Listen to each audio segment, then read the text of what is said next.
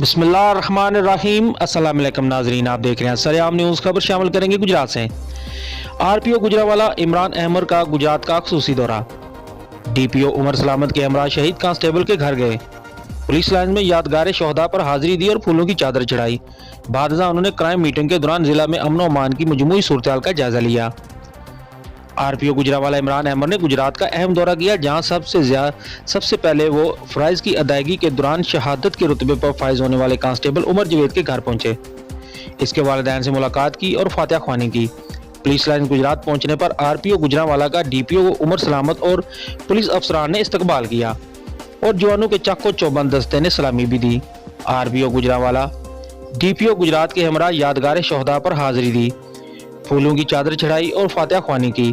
اس دوران انہوں نے پولیس لائنز کی انسپیکشن کی، جس میں پولیس لائنز کی صفائی اور ریکارڈ چیک کیا گیا۔ بعد ازاں آر پی او گجرانوالہ ڈی پی او کمپلیکس پہنچے، جہاں پر انہوں نے زیر تفتیش سنگین مقدمات کے مدعیان اور تفتیشی افسران کے ساتھ میٹنگ کی، جس میں زیر تفتیش سنگین مقدمات کی پروگرس چیک کی گئی اور تفتیشی افسران کو ہدایت کی کہ مقدمات کی تفتیش میرٹ پر کی جائے۔